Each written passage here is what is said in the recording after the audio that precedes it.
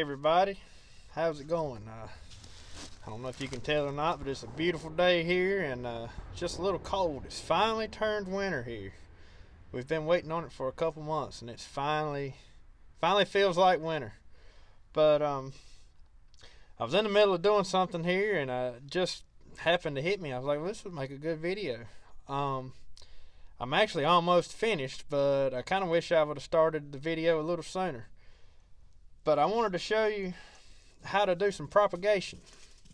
I don't know, did you ever have that grapevine at your grandma's house that you just love to pick grapes off of and you wish you had a sprout off of it? Or some raspberries, or blackberries, or even an azalea bush that was over at your aunt's house that you just loved. You thought it was beautiful, and you just wished you'd have had one just like it.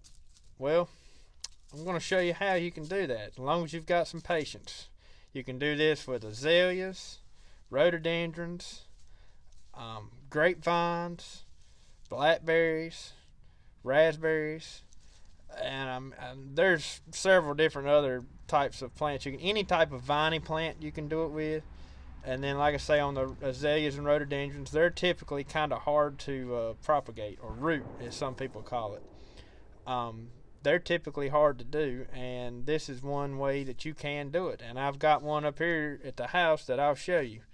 But first off, I'm going to show you how you would do it.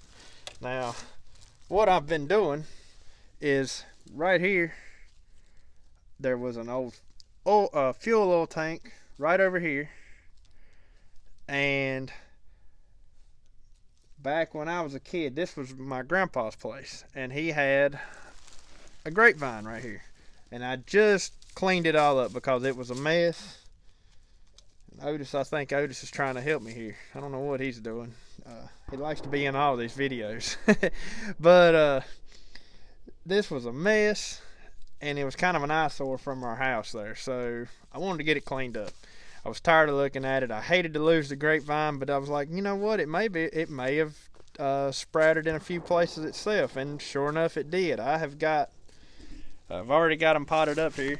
I've got 1, 2, 3, 4, 5, and I've got one more right here that I'm going to show you, and I'll show you how to pot it up and everything. But that's the results you'll get if you do this little trick I'm about to show you.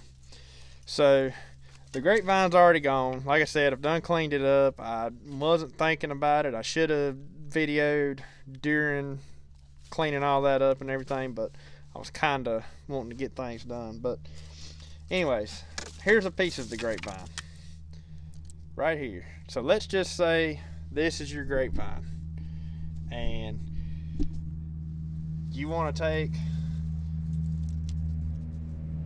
find anywhere where there's like a knot or like a node, anywhere like that and that, those would work. This little knot right here would work. Anywhere where a bud or something is might come out of the main stem. Okay, then you will take anything you can. It really doesn't have to be much, but sort of wound this area just a little bit. So you can see what I'm going to do here is I'm going to take and scrape off some of this, and you don't have to do it much at all. Just scrape off some of the skin, the bark right there. And the sun may be too bright for you to see the spot I've done, but it's right there, and that's all it takes. And what that wound does is sort of encourages growth because it's going to try to heal there. Alright, so what you'll do is then take this and make sure it reaches the ground. Make sure that you can get whatever branch or anything you try to do, make sure you can get it to the ground. Alright, let's pretend that this right here, this is our ground, or the mulch bed, or whatever you've got around the grapevine. You'll take this then, right here's our little knot that we just scraped off, right here. You will take it, dig you out a little spot in the soil, cover it up, and leave it. leave it there for maybe a year. And it would do it faster than that. You know, you can kind of keep a check on it, give it a little tug, and if it feels like it's started to take root, then you know that you've got some roots growing. But if you leave it like that, and I'll be for sure that in a year's time, this will be rooted and took. And then what you'll do is cut it right here with a pair of snippers and cut this old vine off of it, prune it off of the main vine or whatever you want to do with it, doesn't matter. And then you'll just gently dig all of this up, and you'll have beautiful roots all over this, just like it's on this one. And you see those roots? Now I had one a while ago that was flat covered in roots, and I had one that just had a few roots on it, but it should be enough to get this thing going. So then all I've got right here is your typical 3-gallon pot. You can see this says Encore Azalea on it, so apparently it had an Encore Azalea in it at one time. But you know, you want to fill it with some good potting soil. Right here, this was actually an old strawberry bed that I had, and most of this is like black cow and just some regular potting soil and everything. You know, it's kind of all mixed in together, but it's still some really good stuff. And I'm moving my strawberry patch too, so we can use this instead of wasting it. But just fill up your pot, get that clump of chickweed out of there. But fill up your pot, and you don't have to have like potting soil or anything like that. You can use, you know, as long as you've got some good soil that once you put it in that pot, it's going to drain. Because that's the main thing. Whenever you put this, and the reason I'm transplanting it to a pot is just so I can kind of keep an eye on it, you know, for a couple months. Once the things start growing back in the spring, I can keep an eye on it. I can keep it watered. And so what I've done here is I've just got those long roots. They're kind of folded around in the barrel there, or in the pot. And then I'm going to take some more soil and cover it up. You don't want to bury them too deep, but just give them a good covering just to make sure they're not exposed. And you might laugh, I'm using my son's play shovel, but it actually works pretty good when you're doing little stuff like this. But and I kind of, your dirt's real loose, I'll shake it around a little bit and let it make good contact with your roots, and that's it. I'll keep a check on these, you know, throughout the winter. I'll go water them in here in just a minute. But like I said, the reason I like to put them in a pot, now you could go and plant it straight into wherever you want to plant it at. But I like to have them in a pot because I can keep an eye on them, and I can make sure they're doing good, and you can just protect them better until they get sort of established, you know, because when you cut it off of that main trunk, when you cut that new vine off, you're kind of taking away its main life support. So it's got to start surviving on the new roots. So I just like to take and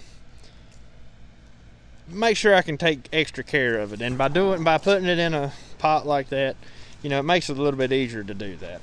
Now, right over here, I've got an azalea, and I think it's got a spot on it where I took and done exactly what I was talking about a couple years ago, and it's ready to dig up. All right, you can see right in there, I hope you can see it, rake back these pine needles, right in there, that thing is rooted down, and you can see how that's just a limb that come off of this azalea bush. And all I need to do is take some snips and snip that off and dig up right here, and I've got a whole brand new bush.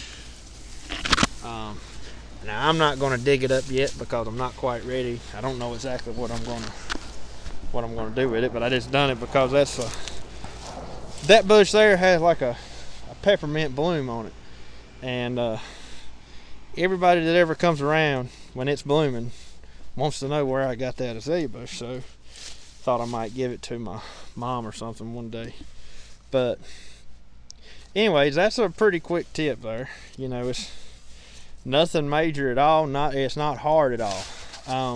You know, you can actually probably even get by without doing that little wound on it like I showed you, but it just kind of helps stimulate growth when you wound it.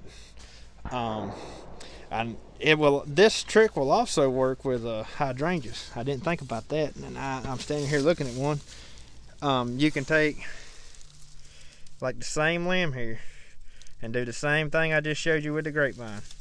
You can take and scar that just a little, push it down, put it down in the dirt, and you might have to take like a fabric staple and push it down just to hold it down, because you know it's naturally going to spring up on you.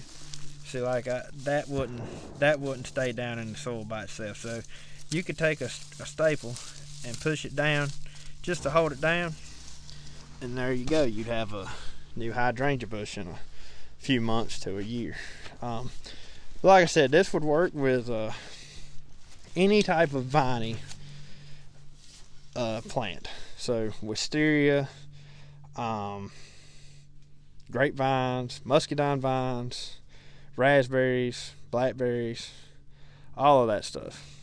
But anyways, you know, I just happened to think about it. I was like, well, not everybody might know about how to do that, so I wanted to show you.